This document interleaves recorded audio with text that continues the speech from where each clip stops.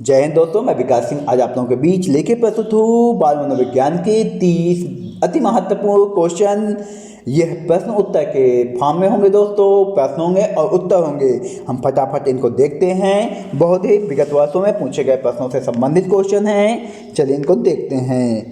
पहला क्वेश्चन है दोस्तों, वह स्तर जिसमें बच्चा किसी वस्तु एवं घटना के बारे में तार्किक रूप से सोचना शुरू करता है उसे कौन सी अवस्था कही गई है? कौन सी अवस्था कही गई है? मूर्त क्रियात्मक अवस्था। यह है जीन पियाजे की 4 अवस्थाओं में से तीसरी अवस्था है। पहली कौन सी है? संवेदी, दूसरी है पूर्व संक्रियात्मक, तीसरी है मूर्त और चौथी है औपचारिक। ठीक है, 4 अवस्थाएं होती हैं, उसमें से यह मूर्त अवस्था के रूप में इसे जानते हैं। तीसरी अवस्था है दोस्तों ये। चलिए आगे चलते हैं। सृजनात्मकता मुख्य रूप से किससे संबंधित है? किससे संबंधित है? अपसारी चिंतन से। सृजनात्मकता किससे संबंधित है? अपसारी चिंतन से। आगे चलते हैं हम। चिंतन अनिवार्य रूप से क्या है? संज्ञानात्मक गतिविधि। चिंतन मुख्य रूप से क्या है? संज्ञानात्मक गतिविधि है दोस्तों। आगे चलते हैं हम।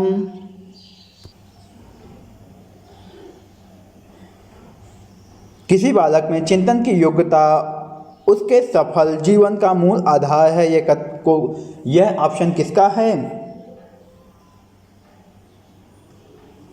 किसी बालक में चिंतन की योग्यता उसके सफल जीवन का मूल आधार है।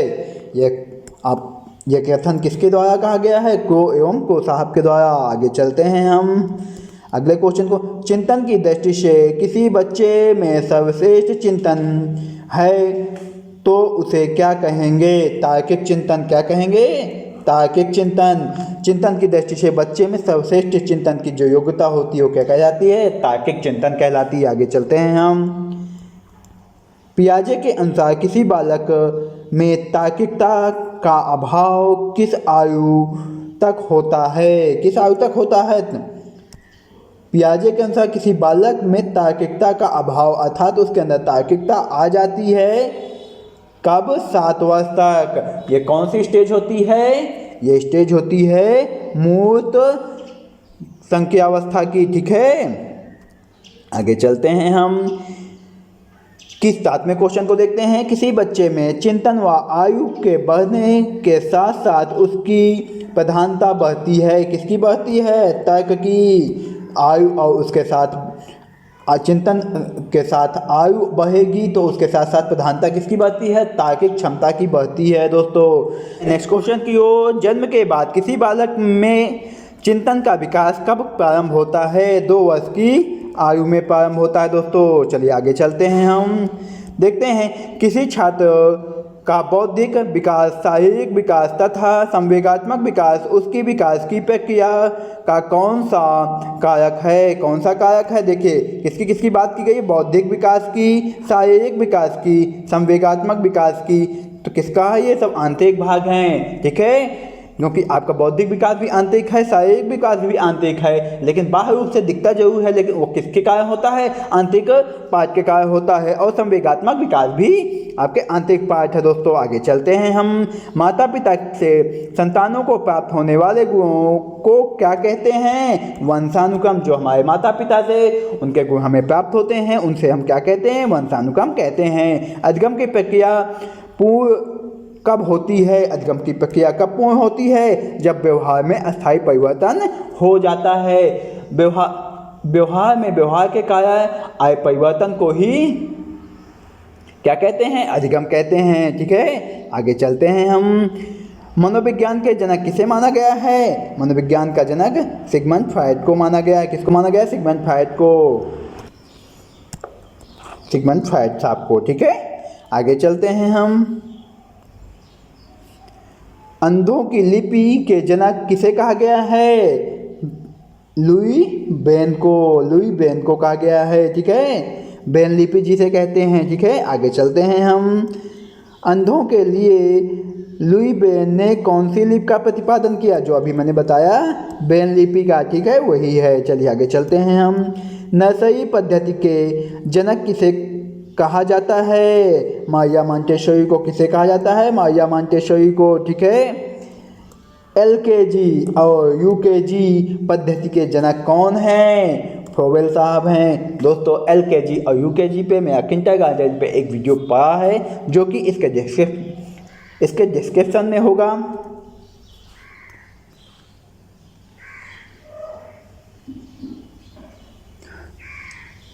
एलकेजी व यूकेजी पद्धति के जनक कौन है? फ्रोबेल हैं। एलकेजी का फुल फॉर्म क्या होता है? लोअर किंडरगार्टन, और यूकेजी का अपर किंडरगार्टन, ठीक है दोस्तों। आगे चलते हैं दोस्तों। किंडरगार्टन पे आधारित मैं एक वीडियो इसके डिस्क्रिप्शन में पड़ा हुआ है, इसका लिंक, वहाँ से आप उसे देख सकते हैं, वहाँ से आप अच्छे से समझ सकते हैं। जीन पियाजे कहाँ के मनोवैज्ञानिक थे? जीन पियाजे स्विट्जरलैंड के मनोवैज्ञानिक। कहाँ के? स्विट्जरलैंड के। आगे चलते हैं हम। जीन पियाजे किस विचारधारा के समर्थक थे? संज्ञानात्मक विचारधारा के समर्थक थे दोस्तों, ठीक है। आगे चलते हैं हम। देखते हैं यहाँ पे स्कीमा सिद्धांत के जनक किसे माना गया है? स्कीमा सिद्धांत के जनक कौन है? जीन पियाजे हैं दोस्तों। कौन है? जीन पियाजे, ठीक है। आगे चलते हैं हम। जीन पियाजे ने अपना प्रयोग किस पर किया था? जीन पियाजे ने अपना प्रयोग किस पे किया था? दो पुत्रियों व पुत्र पर, ठीक है दोस्तों। आगे चलते हैं हम। बुद्धि के तिक बिंदु सिद्धांत किसने दिया? तिक बिंदु सिद्धांत किसने दिया? बुद्धि का तिक बिंदु सिद्धांत जो है वो स्टैनबर्ग ने दिया। उन्होंने 3 सिद्धांत कौन कौन से बताए हैं? विश्लेषणात्मक बुद्धि, व्यवहारिक बुद्धि या सृजनात्मक बुद्धि। 3 बुद्धि बताई, कौन कौन सी? विश्लेषणात्मक बुद्धि, व्यवहारिक बुद्धि और सृजनात्मक बुद्धि। आगे चलते हैं दोस्तों।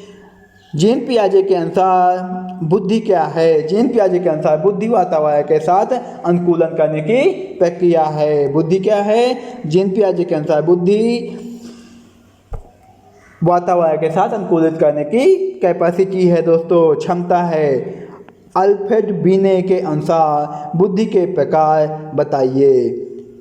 उन्होंने अल्फ्रेड बीने के अनुसार बुद्धि के 4 प्रकार होते हैं। कौन कौन से?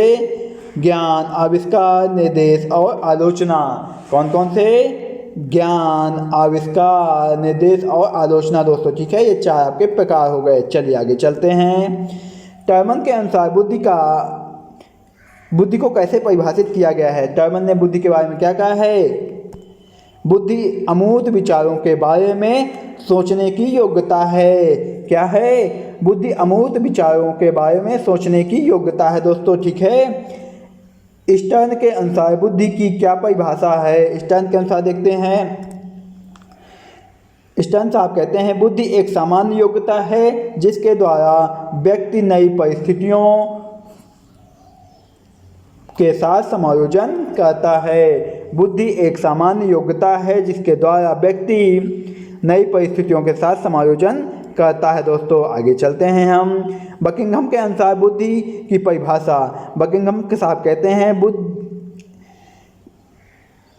सीखने की योग्यता ही बुद्धि है। क्या है? सीखने की योग्यता ही बुद्धि है दोस्तों, ठीक है। आगे चलते हैं हम। वेस्लर के अनुसार बुद्धि की क्या परिभाषा है? वेस्लर के अनुसार बुद्धि किसी कार्य को करने की, तार्किक चिंतन करने की, वातावरण के साथ समायोजन करने की सामूहिक योग्यता है। वेस्लर साहब क्या कहते हैं? वेस्लर साहब कहते हैं बुद्धि किसी कार्य को करने की, तार्किक चिंतन करने की, वातावरण के साथ समायोजन करने की सामूहिक योग्यता है। आगे चलते हैं हम। सामान्यतः बुद्धि कितने प्रकार की होती है? सामान्यतः बुद्धि 3 प्रकार की होती है। अमूर्त बुद्धि, मूर्त बुद्धि या यांत्रिक बुद्धि या सामाजिक बुद्धि दोस्तों। कौन कौन सी? अमूर्त बुद्धि, मूर्त बुद्धि, सामाजिक बुद्धि, ठीक है। आगे चलते हैं हम।